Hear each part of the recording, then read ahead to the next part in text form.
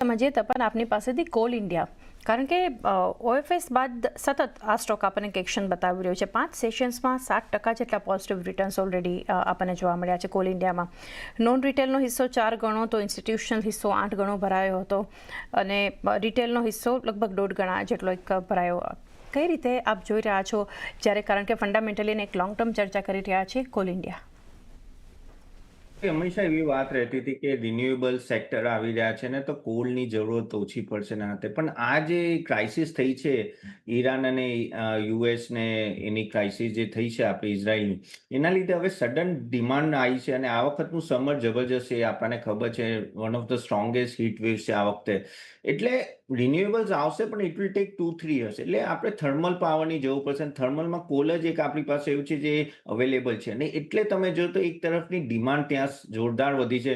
હવે નેરેટિવ પહેલા એવું હતું રિન્યુએબલ ફોકસ કરો, હવે નેરેટિવ એવું છે કે બોથ થર્મલ એન્ડ રિન્યુએબલ્સ પર આપણે ફોકસ કરવું જોઈએ ને એટલે કોલની ડિમાન્ડ અને ગોલ્ડની ડિમાન્ડ હોય તો બટ ઓબ્વિયસ છે કે કોલ ઇન્ડિયા સિવાય કોઈ છે નહીં. એટલે સ્ટ્રક્ચરલી ડિમાન્ડ ખાસી સ્ટ્રોંગ રહેશે હજી પણ અહીંયા અમુક વર્ષ સુધી. અને જે રીતે ડેટા સેન્ટર્સ આવી રહ્યા છે, જે રીતે એઆઈનું પ્રભાવ છે, જે રીતે બધી જગ્યા જે ઇલેક્ટ્રિફિકેશન છે, એસી છે, તો આઈ થિંક આગળ જઈને ડિમાન્ડ સારી રહેશે.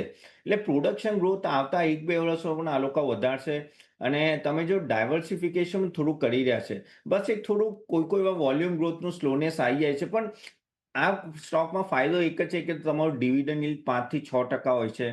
પ્લસ અગર તમને 15-1% પણ છોડી દે જે ઇઝીલી છોડી શકે છે આ લેવલે જ્યારે પાવરથી આટલી ચાલે છે તો તમે જો તો 20-25%નું રિટર્ન મળી શકે છે આરામથી. એટલે સેફ રિટર્ન દેખાય છે. એટલે ઇન્વેસ્ટર્સ હોય કે એનાલિસ્ટ હોય they are quite bullish on this કે આ એક સેફ બેટ છે જે તમે લોંગ ટર્મ માટે રાખી શકો પ્રોવાઇડેડ ડિવિડન્ડ yield સારી છે અને ડિવિડન્ડ yield સારી રહેશે કે ગવર્મેન્ટને ફિસ્કલ ડેફિસિટ પૂરું કરવા હંમેશા કોલ ઇન્ડિયાનો સહારો લેવો પડે છે. એટલે અહીંયાથી પણ આ તો બાય ઓન ડિપ્સ જ રહેશે. આઈ થિંક હમણાં પાવર થીમના લીધે આ સ્ટોક ચાલશે એવું લાગે છે.